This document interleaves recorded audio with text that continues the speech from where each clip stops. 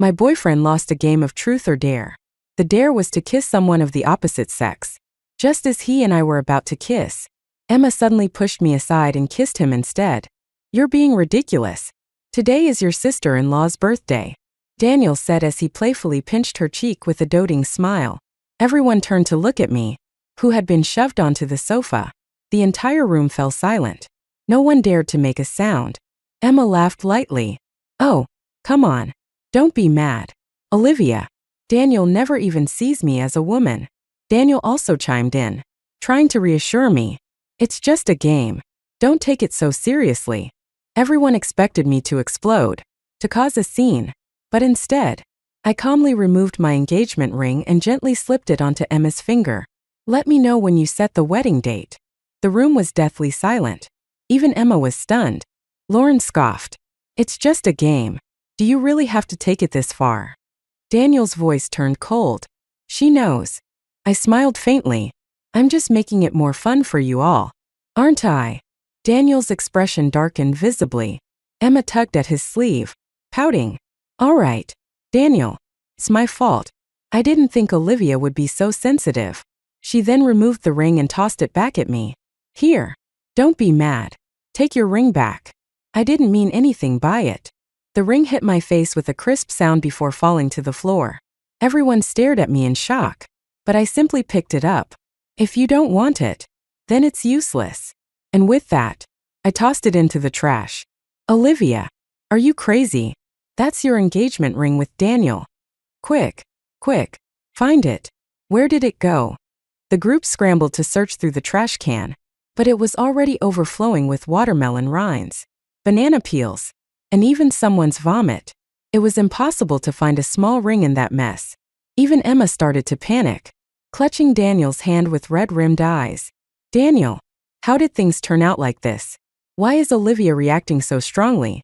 Did I really go too far? But we've never had boundaries since we were kids. The next second, Daniel pulled her behind him, shielding her.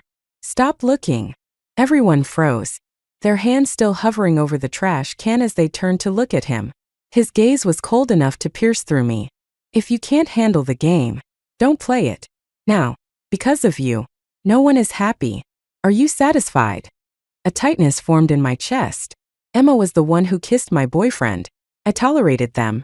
And yet, somehow, I became the one ruining the mood. If this were before, I would have cried and screamed, accusing Emma of crossing the line. But now, I no longer had the energy for that. Instead, I turned around, picked up my bag. Well, I'm leaving. Have fun. As I shut the door behind me, the noise from the private room was muffled. Someone hesitantly spoke up. Today is Olivia's birthday. Isn't it a bit harsh to let her leave like that? Daniel's voice was filled with impatience. Don't bother with her. She's always been too sensitive. About time she learned to grow up. He then continued casually. Oh, right. Emma was recently invited to be a lecturer. Since the cake is already here, why don't we let Emma blow out the candles instead? The atmosphere quickly warmed up again. The birthday wishes that were meant for me turned into congratulations for Emma's bright future. My face felt cold. I wiped it with my hand and realized at some point I had started crying. But I wasn't sad. I didn't feel anything at all. Growing up in a faculty housing complex, I had always admired Daniel, the academic prodigy, but I was never as outgoing as the others.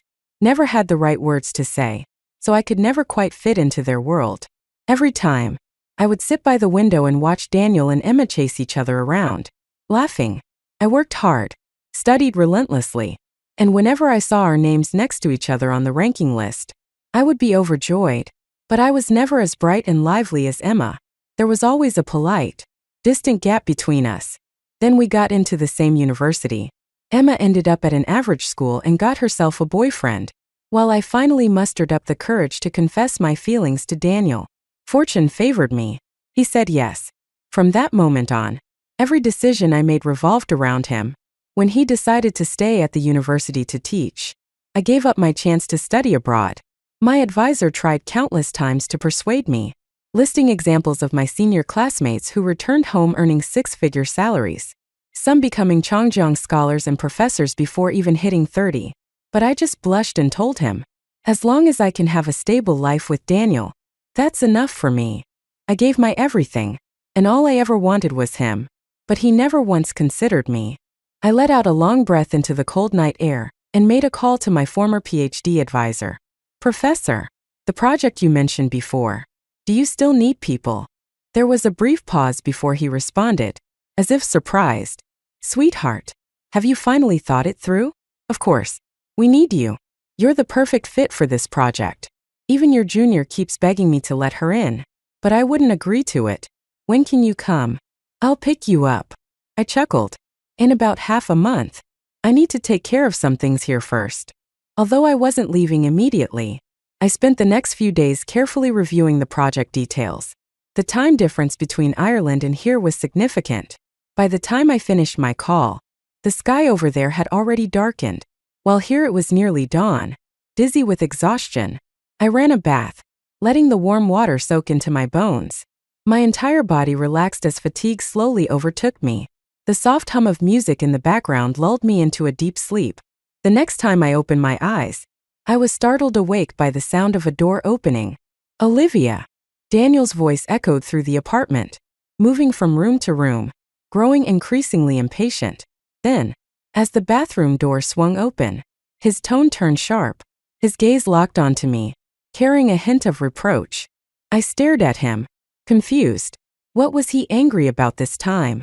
Was he upset that I hadn't waited for him in the living room like before? Ready to argue with him about Emma?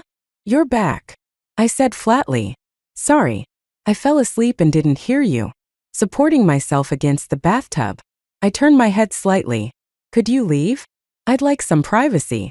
My voice was polite, distant.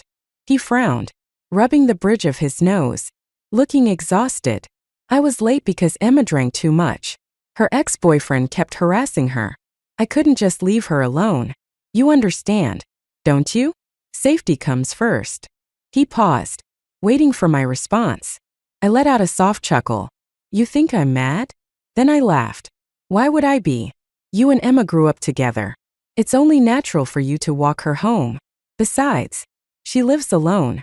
It's the gentlemanly thing to do. For a moment, Daniel looked at me as if he couldn't believe what he was hearing. I waited for him to say something, but when he didn't, I simply got up and reached for a towel. We had lived together for so long. There wasn't anything he hadn't seen before. But for the first time, I felt self-conscious, wrapping the towel around myself. I turned to leave, but he suddenly grabbed my wrist. Olivia, can you just say what's on your mind? I paused. What is there to say? His grip tightened slightly. You used to have so much to say. I thought for a moment. He was right. Every time we argued about Emma in the past, I was the one who wouldn't stop talking, who wouldn't let it go. But I had come to realize that when love fills your heart, drives you crazy, it makes you lose control. Now, there was nothing left. I felt nothing. So naturally, there was nothing to say. I gently pushed his hand away. It's late. Past 2 in the morning. I have experiments to run tomorrow. His hand froze midair. I yawned. Don't stay up too late. Then, without another word, I climbed into bed and shut my eyes. For a while, there was no sound from outside. Then suddenly, bang! The loud slam of the door jolted me from the brink of sleep. Daniel had stormed out. I knew why he was angry. He had finally given me an opening, a chance to reconcile, and I had refused to take it. But I had no regrets. That night, I slept soundly. The next morning, I was yawning as I placed an order for breakfast delivery. When I opened the door, I saw a small birthday cake sitting on the table. Daniel sat behind it. Happy belated birthday, Olivia. I froze. The payment page for my food order was still open on my phone. I know you weren't happy about what happened yesterday, he continued. That ring. We really couldn't find it. His long, slender fingers slid his phone across the table toward me. Honestly, that style never suited you anyway. Pick a new one. Then, as if to smooth things over, he added, Emma is just childish. Don't take her too seriously. To us, a kiss might mean something, but she's always been carefree. I suddenly interrupted. You even ordered a cake just for me. Thank you. The unexpected gratitude caught him off guard. He stared at me, Stunned. Olivia. I bent down slightly, reading the message written on the cake. Wishing my dear one to always be 18. What a sweet message. I murmured. Thanks. I really like it. He frowned. Olivia. I was already reaching for the plates and utensils. What? His eyes lowered slightly. Nothing. There was a cheerful note in my voice. This bakery makes the best cream cakes. I can never get a reservation. You really put in the effort. He hummed in response, as if lost in thought. Daniel, you should have the biggest slice. Don't waste it, I said, placing the largest piece in front of him. Then I picked up a smaller one and took a bite. Is this a new flavor? It's pretty good. He furrowed his brows. Olivia, can you at least look at what I'm showing you? I glanced down. His phone screen displayed a high-end engagement ring website, the kind where you could only order one ring in a lifetime. My hand trembled slightly. Had he shown me this even a day earlier, I would have been ecstatic. But now, I simply took another bite of cake. No need. Those things are just overpriced gimmicks. Too much trouble. Daniel's gaze darkened with disbelief. Olivia. I smiled. Really? I don't care about those things anymore. Don't waste your money. The cake was more than enough. With that, I placed my empty plate on the table. I have a meeting today. I need to head out early. Make sure to put the dishes in the dishwasher. Then, I turned and went into the bedroom to change. Bam! The sound of a chair being pushed back hard made me turn around. Daniel picked up his phone. His expression unreadable. Whatever. I'll just give it to Emma. She likes this kind of thing. Then he slammed the door and left.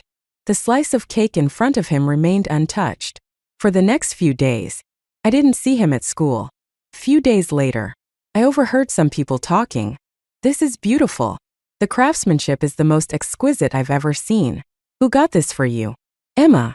If you find a man willing to buy you a ring like this, someone teased, you should just marry him. When I arrived at the office, a group of people had gathered around Emma, chatting excitedly. I glanced over and immediately noticed the ring on her pale, slender finger. It was the classic design from Second, a brand known for its exclusivity. Someone once said this particular style symbolized eternal love, unwavering until death. Oh, it's just a gift from a friend. Nothing serious, Emma said with a bright smile, though her gaze flickered toward Daniel, who was sitting nearby. The moment she saw me, she quickly covered her mouth in feigned surprise. Oh no, Professor Du, when did you get here? She waved her hand, flashing the ring. This isn't from Daniel. Don't get the wrong idea. From the moment I stepped inside, Daniel had already glanced at me once. But then, as if deliberately ignoring me, he raised his hand, ring and all, and continued chatting and laughing with everyone. The incident from my birthday was still fresh in everyone's minds. The room fell silent as all eyes turned toward me. Even Daniel subtly leaned in closer. I walked up to Emma, gently lifting her hand to examine the ring. It's beautiful. Your boyfriend has great taste. Emma froze for a moment. Daniel, who had been drinking water, suddenly paused mid-sip. The room was silent for a beat before someone broke into laughter. Well, if even Professor Du approves, then Emma, your boyfriend must have put a lot of thought into it. Someone tugged at their friend's sleeve, trying to quiet them, but the person whispered back, what's there to be afraid of? If the ring was from Daniel, Olivia would have flipped out by now. Clearly, she's already moved on. As if waking from a daze, the group quickly jumped in. Emma, when did you start dating? You've kept it a secret all this time. The ring is already on your finger. When's the wedding? Let me take another look. This design is stunning. Amidst the flood of compliments, Emma smirked slightly and looked at me. Honestly, I don't even know how he picked this out. I just mentioned that I liked it, and he bought it for me. Who knew he had such good taste? Before she could finish, I abruptly reached out and pulled the ring off her finger. Emma's words faltered. She turned to Daniel instinctively. Daniel. Daniel stood up, holding a stack of lecture notes for his undergraduate class. His voice was cool. Is this really something worth flaunting around the office? Emma covered her mouth again, her eyes instantly welling up. Daniel.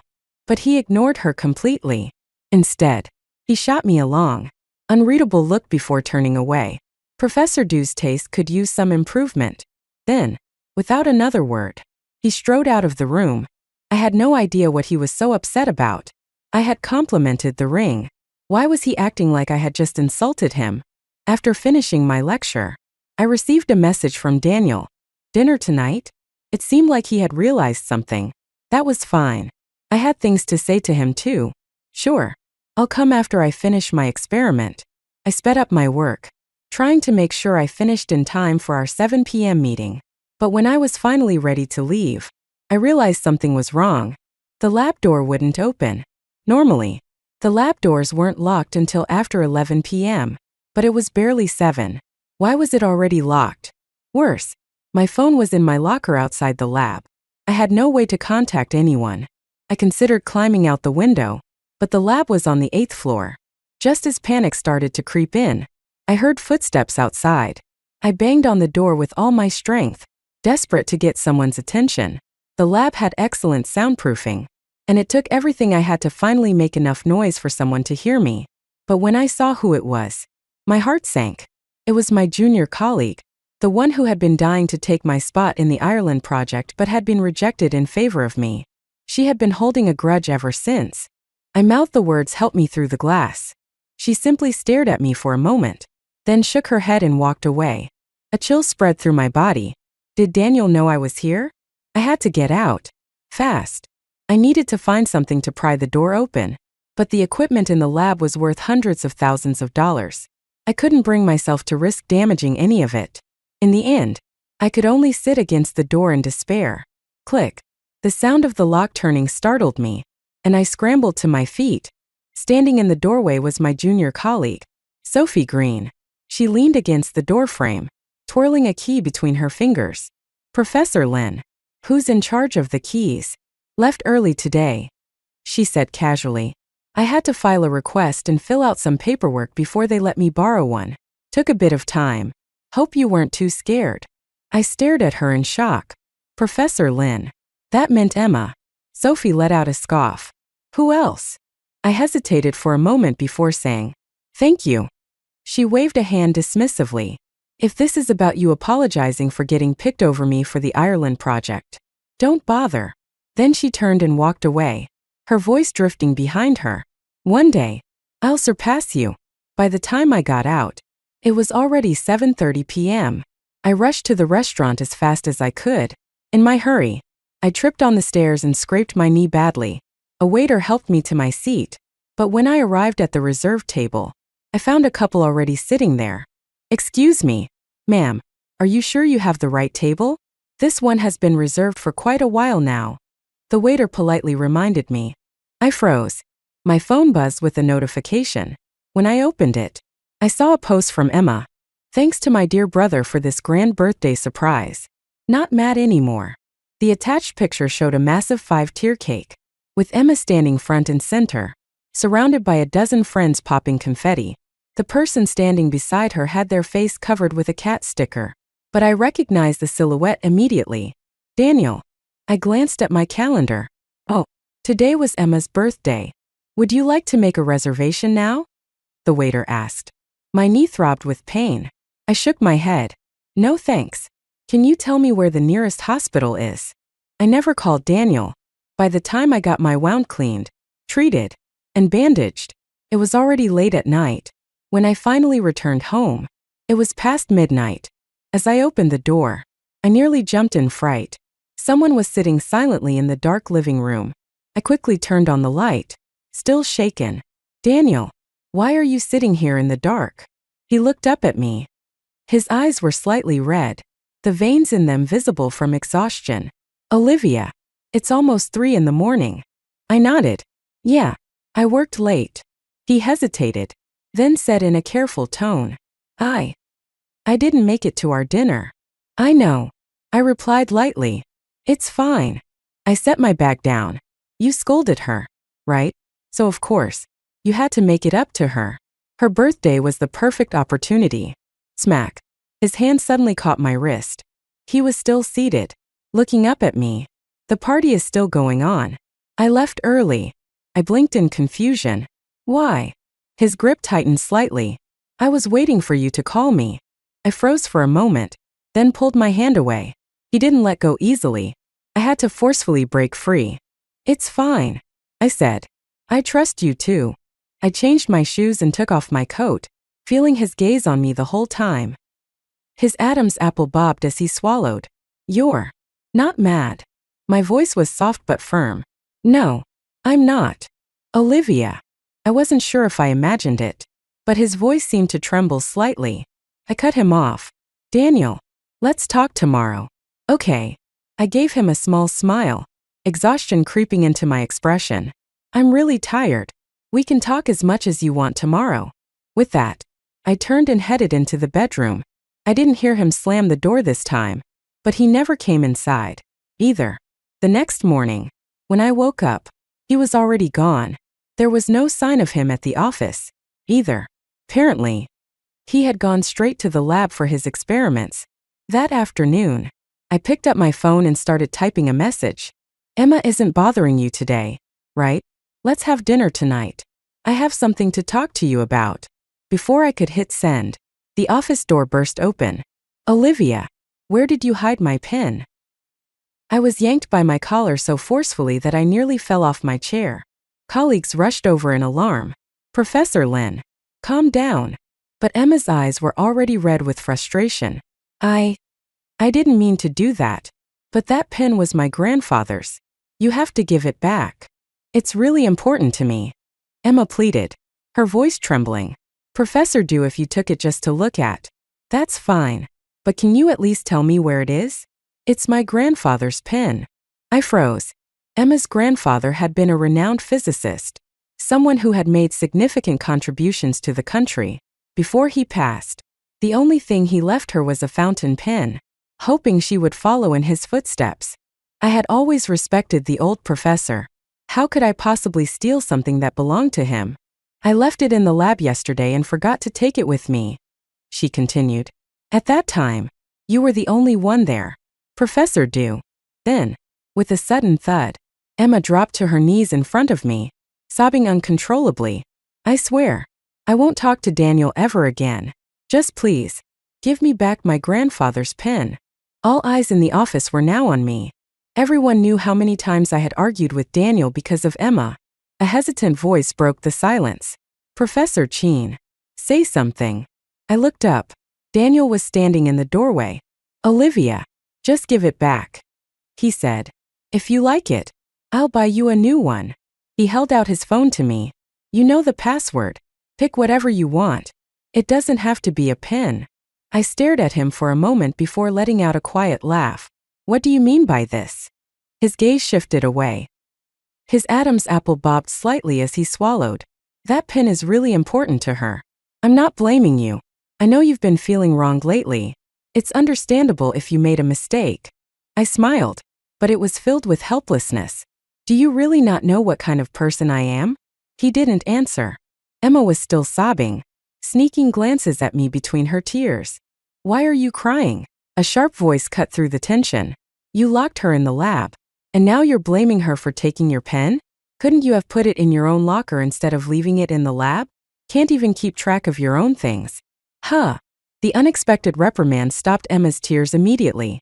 I turned around. Sophie Green was standing in the doorway, holding an iced coffee. The office fell into stunned silence. Professor Green, what do you mean by that? Someone asked cautiously. She smirked and tossed a USB drive onto the table. Security footage recovery. Why don't you all take a look at how Professor Lin waited until Professor Du entered the lab before locking the door. Smack. Emma snatched up the USB drive and gripped it tightly. Sophie, this isn't necessary. Sophie gave a mocking smile. Scared. In the next second, she snatched the USB drive back and plugged it into the computer. But the screen only displayed lab data and lecture notes. There was no video at all. Emma's eyes widened in shock. You tricked me. Sophie scoffed. If you hadn't done anything, what were you so afraid of? Emma turned desperately to Daniel. Daniel. But for the first time, instead of defending her, Daniel frowned. Emma's face turned pale. She covered her mouth, pushed past him, and ran out. Only then did I finally meet Daniel's gaze. Olivia. I smiled gently. You don't have to explain. I understand. You and Emma grew up together. It's hard to believe someone you trust could frame me. I don't blame you. He was stunned. Dinner tonight? I asked softly. Professor Cheen, do you already have plans with Professor Lin? His reply was immediate. No. I raised an eyebrow, slightly surprised. Then I smiled. All right. I'll be home by 7. Daniel's gaze locked onto mine. His expression serious. I don't mind. Good. I said casually. I'll buy the groceries. He didn't object. That evening, the moment I opened the door, a hand grabbed my arm. Oh my, Olivia, you've grown so much. So beautiful now. An older woman gushed. Dear, come here. Come here. I stood frozen in place, staring in shock as Daniel's parents appeared in front of me. I turned to Daniel in confusion, silently questioning him. He walked over and gently pulled me into his arms. It's time to tell them. Then, as if dropping a bombshell, he added, they should know about our engagement sooner or later. The moment those words left his lips, his parents' faces lit up with excitement. When's the wedding? His mother asked eagerly. Olivia, do you want a big celebration or a cozy family gathering? If you'd like, we can even hold 2 ceremonies. It's not a problem at all. The enthusiasm from Daniel's parents was overwhelming, completely drowning out whatever I had originally planned to say. I turned to look at him. He was smiling gently as he pulled out a small red velvet ring box. Inside was a new engagement ring, from a different brand, but still the exact style I had always liked. He had custom ordered another one for me. Instinctively, I moved my hands behind my back. His parents hesitated, glancing between the two of us. Their joy, which had been overflowing just moments ago, seemed to waver slightly. Wait, you two didn't talk about this beforehand. The happiness in their eyes faltered as they took in the moment. Their expressions held a trace of sadness. I had no feelings left for Daniel, but our families had been close for decades. Our parents had lived in the same community for years, and Daniel's parents had always treated me like their own daughter. After we started dating, they had spoiled me endlessly, showering me with gifts. The first suitcase I ever owned, still tucked away in my closet, had been a gift from them. I quickly forced a smile. No, it's not that. I just haven't washed my hands yet. I just finished an experiment. Oh, that's nothing to worry about. His mother beamed, immediately grabbing my hand. Daniel's smile deepened as he gently took my hand from his mother's grasp and slid the ring onto my finger.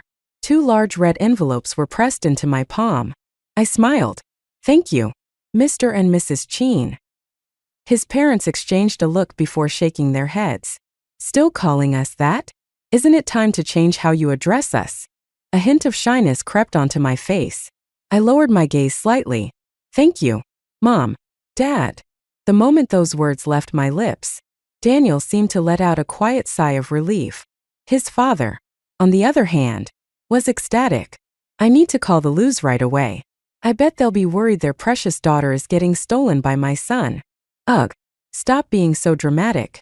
His mother scolded playfully, but her eyes were full of joy.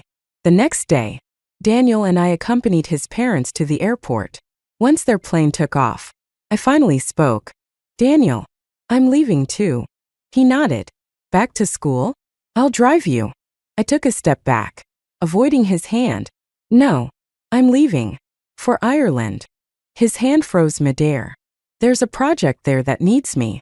For a moment, he didn't react. When did you decide this? Why didn't I know about it? On my birthday.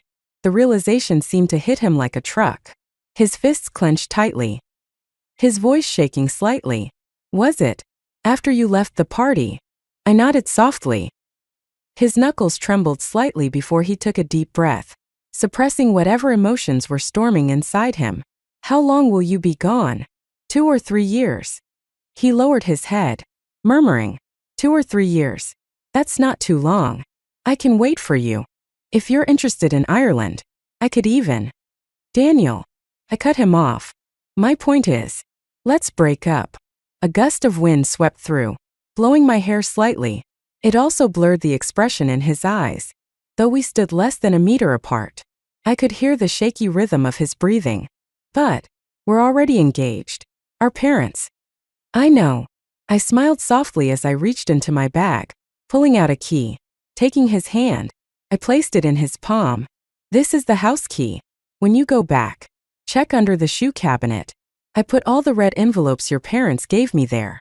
As for the engagement ring, I didn't accept it, not because I resent you, but because the part of our relationship that made us a couple is already over. The things I left at home, take whatever you want. If you don't want them, throw them away. It's up to you. I won't be coming back. I stepped back. Goodbye, Daniel. I hope you become a professor soon. Then, I patted the back of his hand and turned away. I didn't go home. For the last 3 days before my departure, I stayed in a hotel. I had nearly finished all my work at the university, tying up loose ends. On my final trip to submit my paperwork, I overheard something unexpected. Daniel had also applied for the Ireland research program. Logically speaking, with the resources he had, he was already well on his way to becoming a professor. He didn't need to go abroad to boost his credentials. And in a few years, when he returned, there might not even be a vacant position waiting for him. What's the point of this? A stack of documents was handed over my shoulder to the administrator in charge. I turned and saw Sophie Green giving me a polite smile. Looking forward to working with you in the future. The administrator, a young woman, immediately lit up at the sight of her. Professor Green, are you going abroad with Professor Cheen? That's so lucky. Sorry, I interrupted before Sophie could respond, but I don't think I'll be teaching with Professor Cheen. The administrator's admiration froze in place. Daniel, standing beside us, remained composed. We're headed in different directions. I continued evenly. In Ireland, we'll each focus on our own research fields. That's all. The administrator hesitated. Professor, do you and Professor Cheen? I smiled. We broke up. Silence. I turned to Daniel and said, still, I wish you success in Ireland, Professor Cheen. Then, I turned to leave, but before I could take another step, his hand clamped around my wrist. Even though he was trying to suppress it, I could hear the slight tremor in his voice. You really don't care at all anymore, do you? I gently pried his fingers off. Enough, Daniel. We're at school. Suddenly, his voice rose. Where's that energy you used to have when you were always controlling me? Olivia. I froze. In the past, I had been obsessed with keeping tabs on him. If he came home an hour late, I would interrogate him about his whereabouts. He had snapped at me more than once. I'm your boyfriend, not your property. Why do you have to monitor everything I do? You think Emma and I are too close? We grew up together. If I really wanted to be with her, would you even be relevant? I sighed, turning to face him directly. Didn't you hate it when I meddled in your life? Now that I don't, what else do you want? For a second, his eyes shimmered, like he was on the verge of tears. Just then, a figure burst into the room. Daniel, you can't go to Ireland. Emma rushed in, her eyes red as she clung to his arm. You can't go. What about me?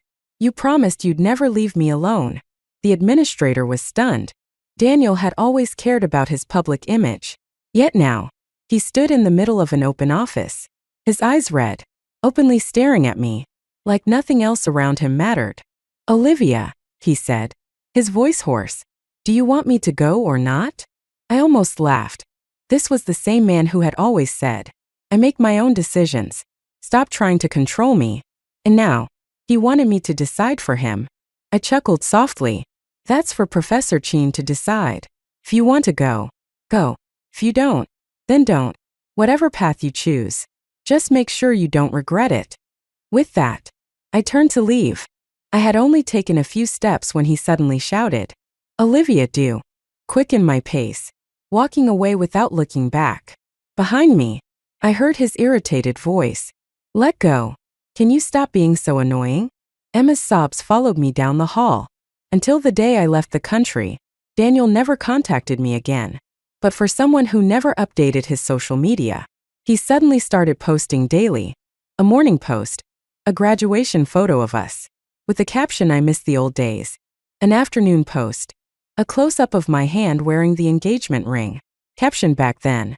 And then, finally, A simple status update. I miss you. Olivia do. Only visible to me. I scrolled past it and left a comment on my best friend's vacation photos instead. Gorgeous. The night before my departure, I received a call. Professor, do you need to come to the hospital right away? Professor Chin had an accident in the lab. There was an explosion, and he refuses treatment. He keeps saying he won't see anyone but you. I froze. Daniel had always been meticulous about safety. Once, a student had misplaced 2 bottles of chemicals, and he had called them out in the department's group chat. So how could he be the one to make a mistake now? Where was his mind wandering? By the time I arrived at the hospital, his eyes were unfocused, blindly reaching out into the air. Olivia, I need to see her. Don't touch me. Emma was crying beside his bed, her voice trembling. Daniel, Olivia's not here. Let me take care of you. Okay. Your eyes have been severely damaged by the bright flash. You must receive treatment immediately. Stop searching for her. Okay. I'm begging you. Emma's voice trembled as she pleaded. The moment she reached out to touch him, he shoved her hand away. Daniel gripped the edge of the hospital bed. Leave. Just go. His voice was hoarse but resolute. Olivia doesn't like seeing you around me. She'll misunderstand. You can't be here. Tears streamed down Emma's face as she covered her mouth, her entire body trembling. Daniel. I stood at the doorway and spoke his name in a calm, quiet voice. In that instant, all his movements froze. Olivia. He tried to get out of bed but nearly collapsed.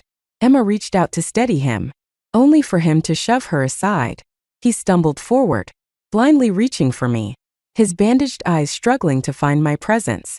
The moment his fingertips brushed against my face, damp patches formed on the gauze covering his eyes. It's you. His voice cracked. You came to see me. Before I could react, he pulled me into a tight embrace, his entire body trembling against mine. Don't leave. Olivia. Please. I was wrong. Don't abandon me. I didn't move. The doctor said you can't cry. He immediately clenched his teeth, forcing himself to hold back. He was like a child, desperately trying to obey, yet still holding my hand tightly. I gently pried his fingers off. My flight takes off in an hour. His breathing faltered.